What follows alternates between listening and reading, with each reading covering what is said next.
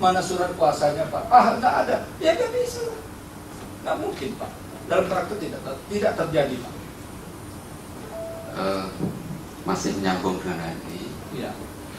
Meskipun menurut pengalaman keahlian ahli dan juga praktek dari ahli, iya, tidak ditemukan terhadap pertanyaan yang penuntut umum sampaikan iya, ini, saya ingin lanjutkan. Di dalam praktek kami menemukan bahwa seseorang itu hanya didudukkan di dalam struktur, di dalam anggaran dasar sebuah PT, tetapi dia tidak bertindak, dia hanya nomine saja. Iya. Nah, yang menggerakkan adalah orang lain yang tidak masuk di dalam PT atau korporasi itu tadi. Iya. Nah, pertanyaan saya, apakah orang yang menggerakkan itu yang tidak masuk namanya itu bisa dimintai pertanggungjawaban pidana korporasi? Begitu. Ya, melalui majelis hakim yang saya muliakan, kalau orang ini bertindak atas nama PT, bisakah dia diminta dituntut tindak pidana korporasi? Saya pikir tidak atas nama pidana korporasi ini, karena orang ini tidak ada dalam nama PT. Dia ini hanya memakai nama PT palsu saja kalau benar terjadi. Tidak bisa dia corporate, tidak bisa corporate crime, tidak bisa. Ya, jadi untuk pertanggungjawaban pidana korporasi tidak bisa. Tidak bisa. Tapi kalau tidak pidana lain bisa. Kemungkinan, ada kemungkinan enggak menurut ahli? Kemungkinan ada saja, tapi harus tidak di undang-undang perseroan terbatas, tidak. Oke. Kami lanjutkan ahli. Kalau di dalam hukum pidana, Iya, itu dikenal termasuk peradilannya ini, iya, adalah untuk menemukan kebenaran material. iya. Kalau dalam konteks pertanggungjawaban pidana korporasi, Iya. yang dicari apa? Apakah kebenaran material, apakah kebenaran formil? Iya. Bagaimana pendapat ahli? Melalui majelis hakim yang saya muliakan, saudara jaksa penuntut umum yang saya hormati, saya sebagai ahli, begitu juga di dalam praktik itu, kebenaran formil tidak cukup, karena kebenaran formil hanya mengenai tata cara, tapi kebenaran material, jadi substansinya ada. Kalau kebenaran, tidak mungkin kebenaran formil saja tanpa kebenaran material, tidak mungkin Pak. Hukum pidana menurut saya kebenaran material. Ya, terima kasih. Saya lanjutkan sedikit majelis.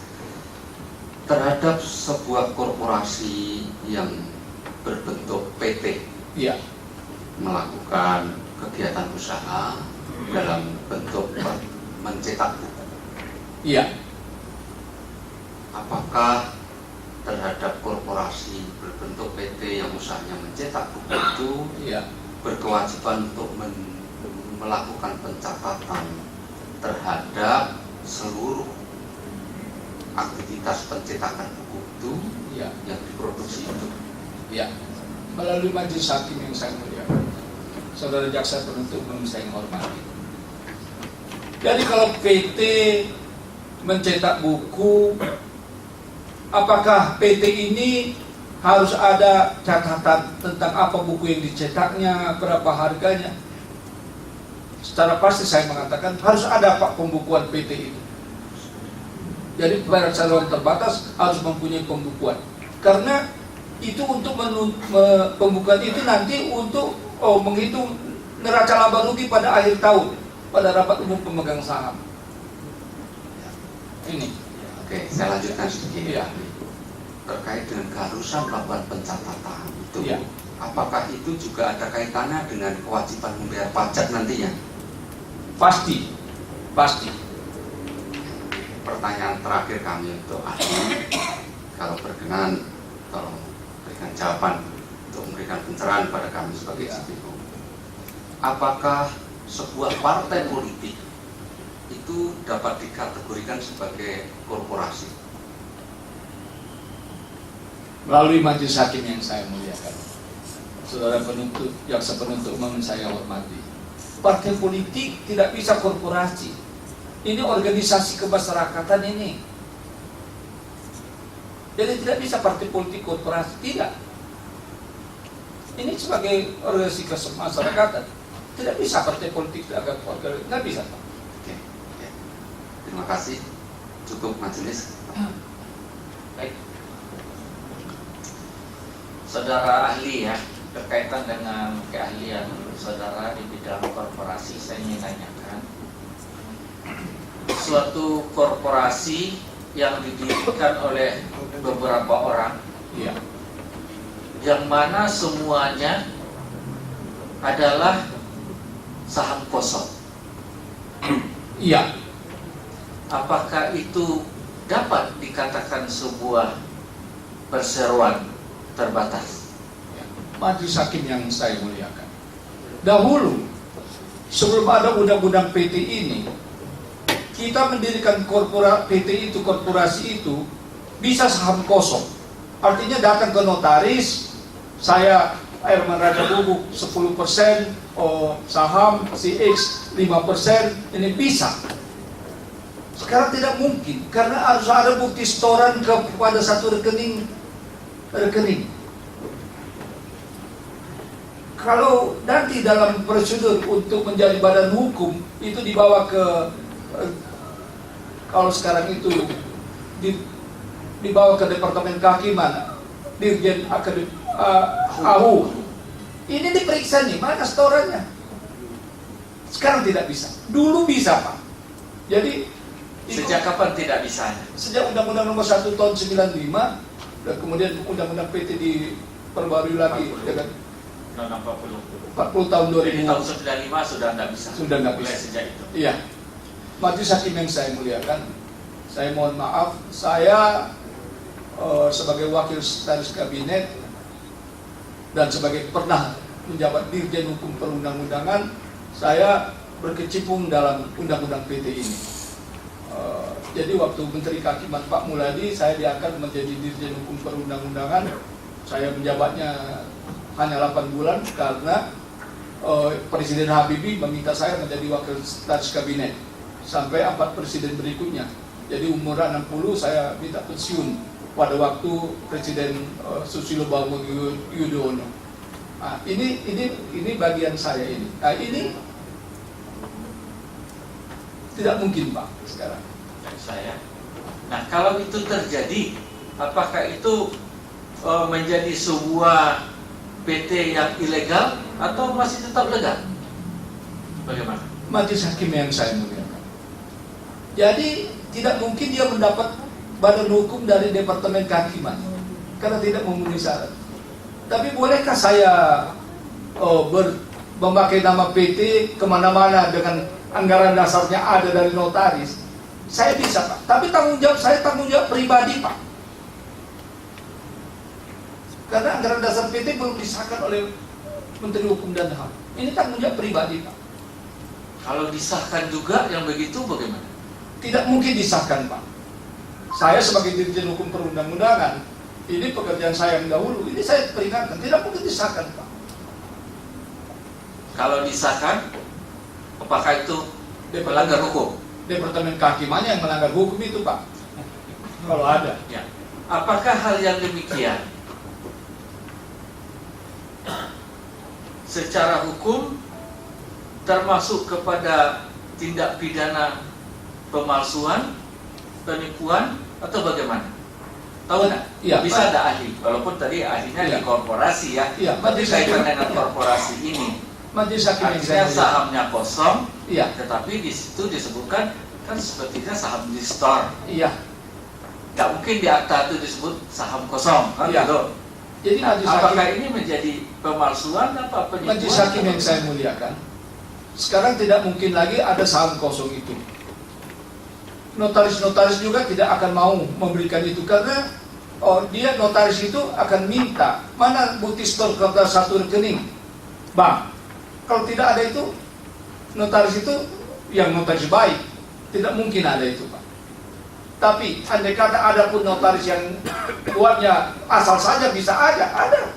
Tapi ini tanggung jawab pribadi dari masing-masing pemegang saham itu, Pak. Jadi tanggung jawab pribadi.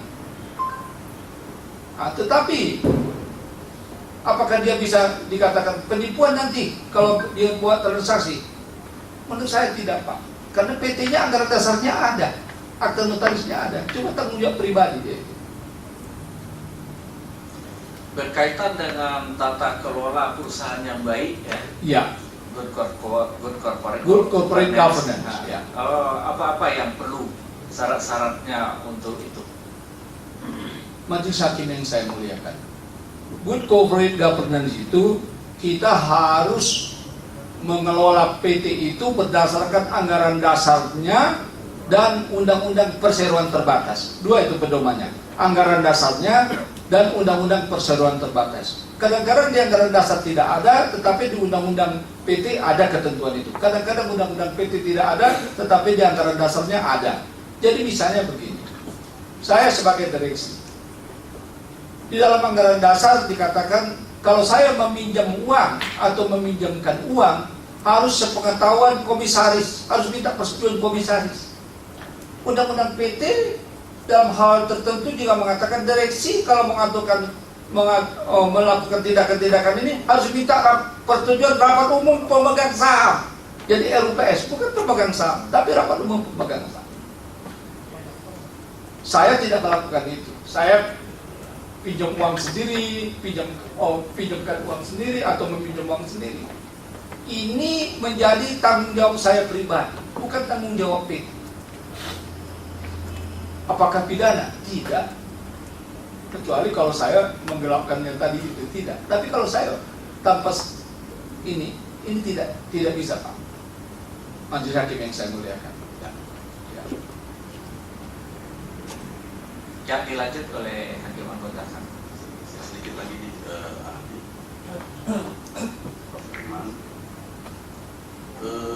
Tadi Anda katakan bahwa ada tanggung jawab pribadi. Dalam hal ada saham bodong tadi itu, Pak, saham kosong tadi itu.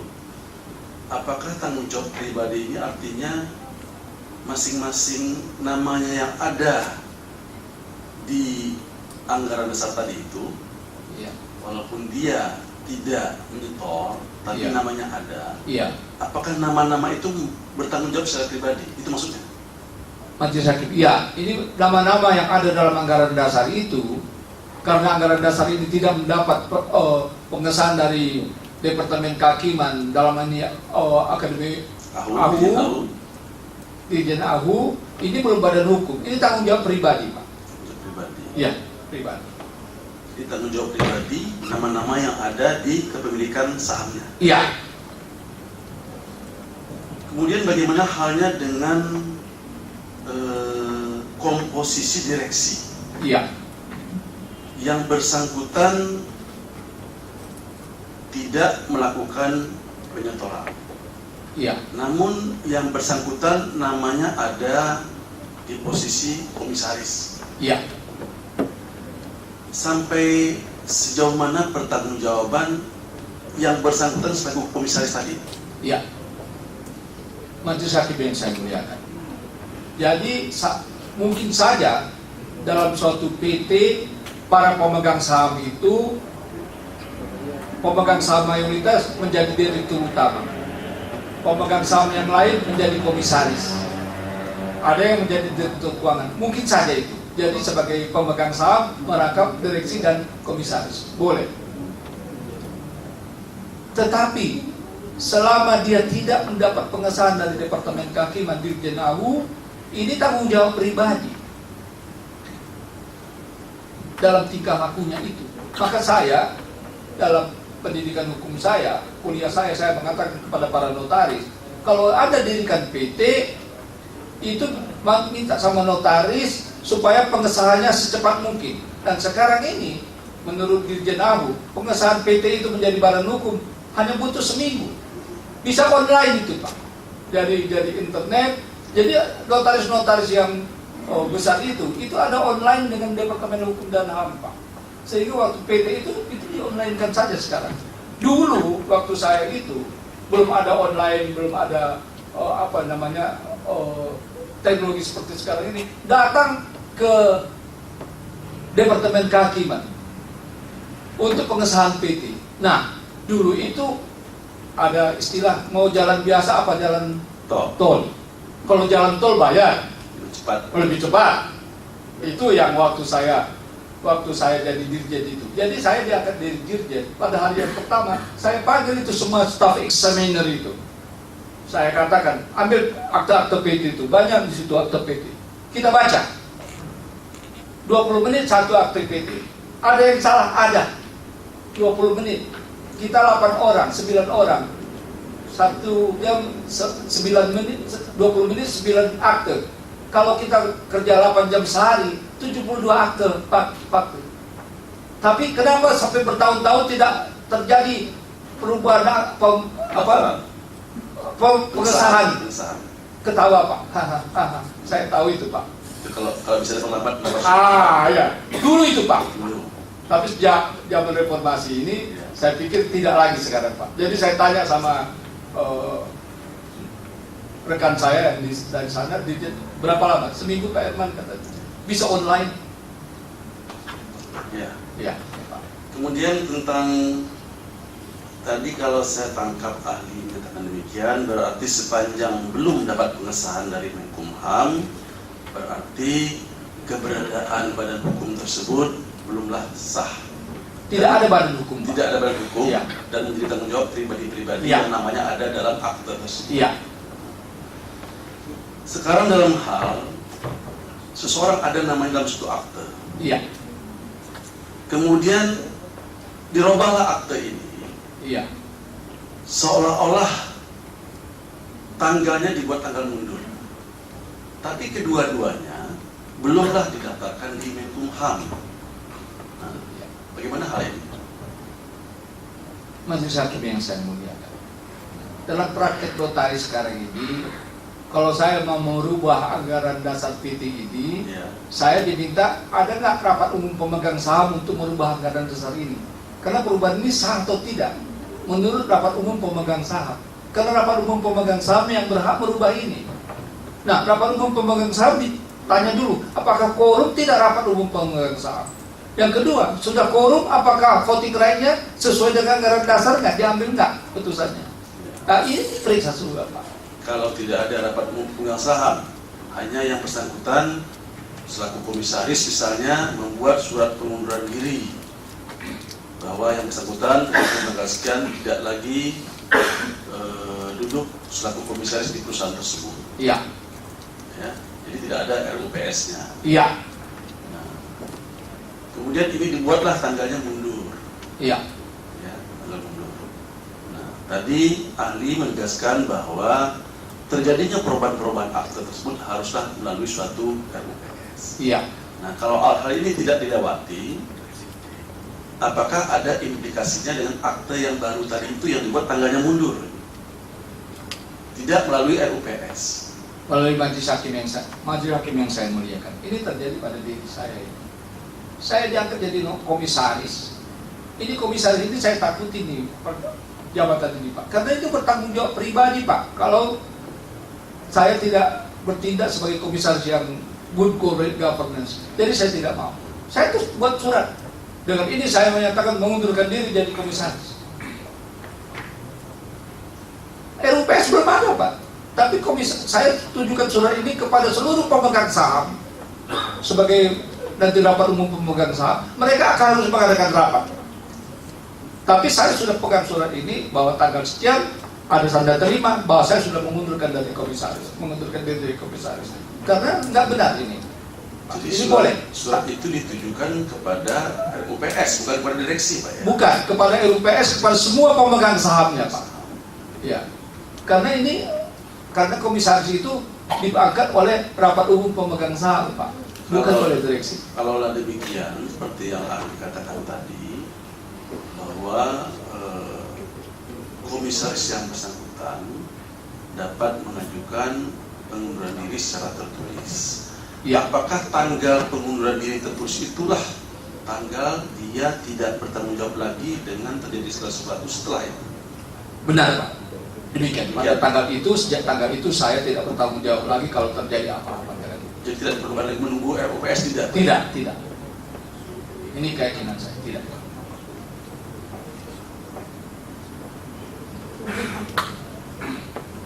Baik, sedikit lagi Pak ya. Dan itu soal RUPS. Bagaimana pendapat Ade jika suatu perusahaan atau PT itu tidak pernah melaksanakan RUPS sekalipun dikaitkan dengan undang-undang PT? Ya. Bagaimana? Dan implikasinya apa terhadap PT itu? Ya. Pak Majelis Hakim yang saya muliakan. Jadi anggaran dasar PT itu mengatakan bahwa PT ini harus rapat umum pemegang saham untuk tahun buku yang berjalan. Biasanya Desember ini. Tapi ada PT-PT yang tidak jalan, tidak mengadakan RUPS. Lalu RUPS yang lama masih berlaku tidak? Pertanyaannya itu. Betul-betul rapat yang lama masih berlaku. Sepanjang belum ada perubahan dari RUPS, Pak, ini tetap berlaku yang putusan-putusan RUPS yang lama ini. Tetapi kalau PT setahun-tahun tidak punya RUPS, tidak ada RUPS, ini banyak terjadi Pak. Karena PT-PT itu sekarang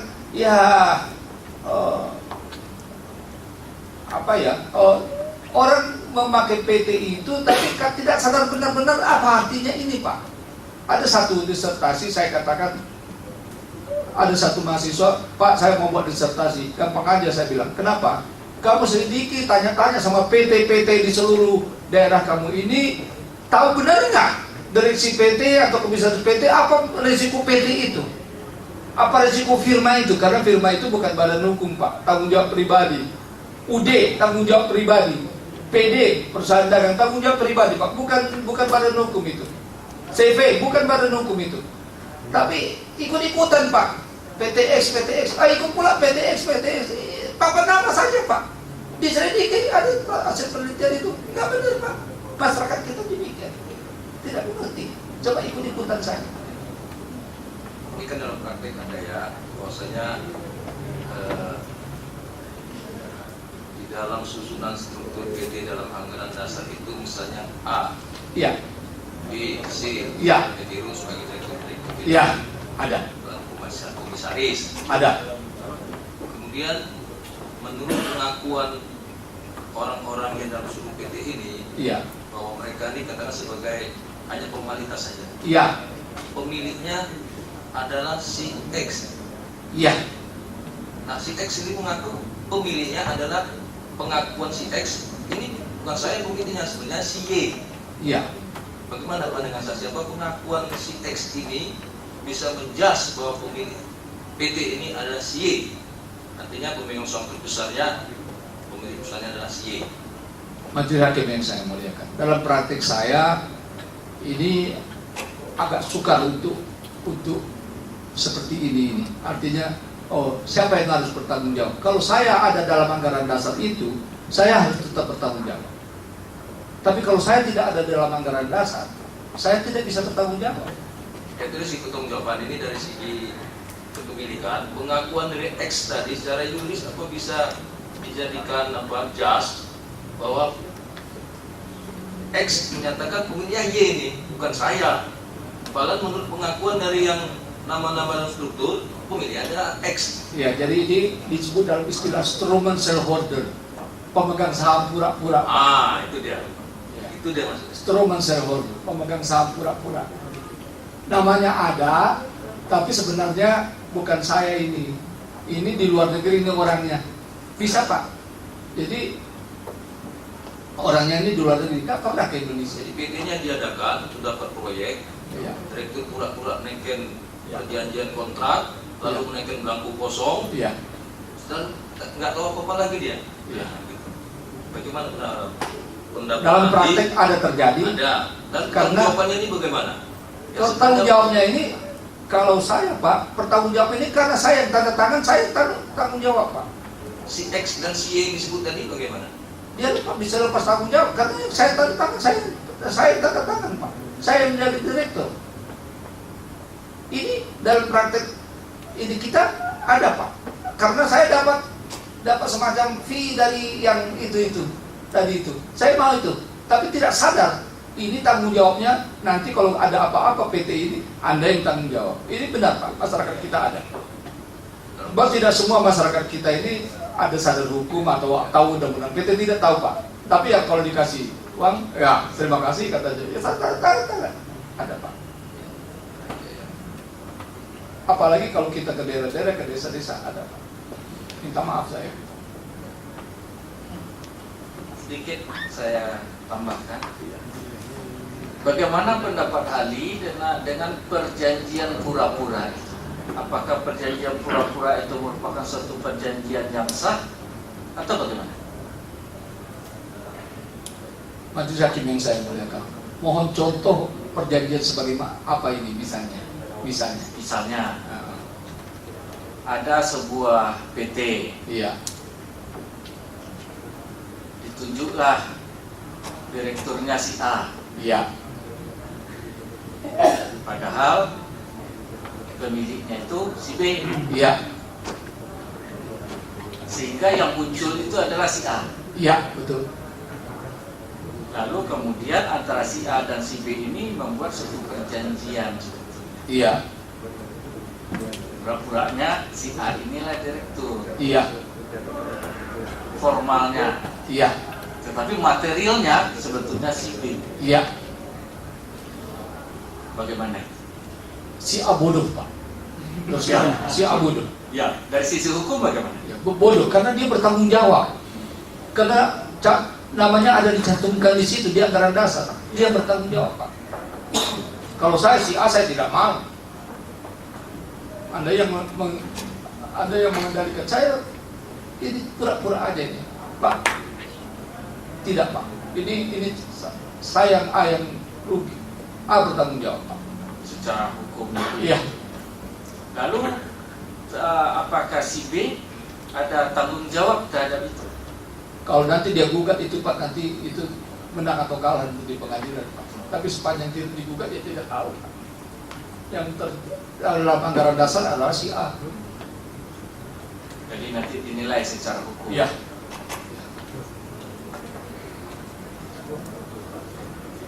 Izin Majelis, Baik, satu pertanyaan lagi. silakan. Ali ya, tadi terkait tanggung jawab pribadi atas perseroan dan anggaran dasarnya belum disahkan oleh Dirjen Dahulu ya. Iya. Nah, pertanyaannya itu, ini tanggung jawab pribadi itu dalam hal keperdataan atau bagaimana? Melalui majelis hakim yang mulia, saudara penasihat hukum, dalam tanggung jawab keperdataan. Tanggung jawab keperdataan, Iya. bukan pidana. Bukan. Ya, cukup. Makasih. Silakan. Ya ahli, ini paling terakhir bertanya. Kalau dalam sebuah transaksi ini ada dikenal dengan suspicious transaksi yang mencurigakan. Iya. Ini kan ada undang-undang baru yang namanya tindak pidana pencucian. Iya. Kalau tadi corporate crime itu kan mungkin istilah yang agak high ya, agak Iya. tinggi ya pada strata masyarakatnya. Iya. Secara modern ya. Dan apa yang tadi disampaikan oleh majelis menganut prinsip good corporate governance. Iya. Nah, tapi bagaimana pada level Anda ini saya mau tanya sedikit. Iya. Kalau ada tadi ditanya oleh rekan jaksa itu, suatu masyarakat dia punya usaha kecil lah, semacam CV atau UD, Iya. ya kan? Kemudian dia punya transaksi ya yang cukup besar, Iya. tapi mungkin bervariasi. Iya. Katakanlah misalnya menjual buku ataupun apa yang Iya. ada kepentingan dengan social utility atau berkaitan dengan masyarakat. Nah, transaksi yang tidak tercatatkan secara baik, Iya. tapi katakanlah ya cukup punya ekonomis yang tinggi, misalnya penerbitan buku dan sebagainya. Iya.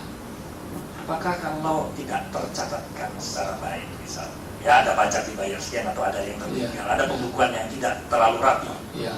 ya mengingat mungkin posisi atau status sosial dari si pemilik usaha, apakah itu bisa dipandang sebagai tindak pidana atau pencucian yang mengenal suspicious transaksi atau transaksi yang mencurigakan? Ini memang istilahnya agak menyerang, tapi saya ingin pemahaman dari ahli. Melalui majelis hakim yang saya muliakan, saudara penasihat hukum yang saya hormati, saya bukan ahli pidana, tetapi corporate crime. Ya. Ini bagaimana membuktikan suspicious transaction ini? Bagaimana membuktikan apakah ada pencucian uang? Ini kalau saya ditanya, ini ada satu tindak pidana, misalnya tindak pidana korupsi ya. Ini ada tindak pidana pencucian uang ya. Menurut saya dan undang-undang juga, ini tindak pidana pencuciannya harus dibuktikan dulu, baru tindak pidana korupsi. Ini saya. Ini pendapat hukum saya berdasarkan undang-undang juga. Jadi kalau suspicious transaction itu, ini sukar ini tidak mudah. Ada teknik-teknik tertentu itu. Misalnya orang membayar transaksi di dalam sebuah jual beli, Iya. katakanlah nilai yang tidak sebenarnya, apakah itu masuk suspicious transaksi? Gitu. Saya suka menjawab itu, saya tidak bisa menjawab. Terima kasih. Cukup ya dari terdakwa Pak Anas ya. Terima kasih Yang Mulia.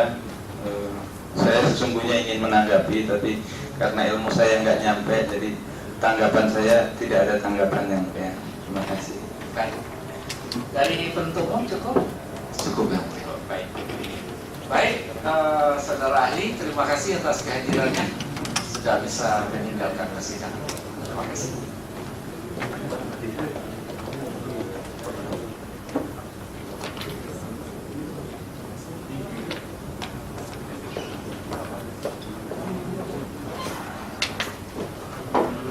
Baik, silakan saudara terdakwa.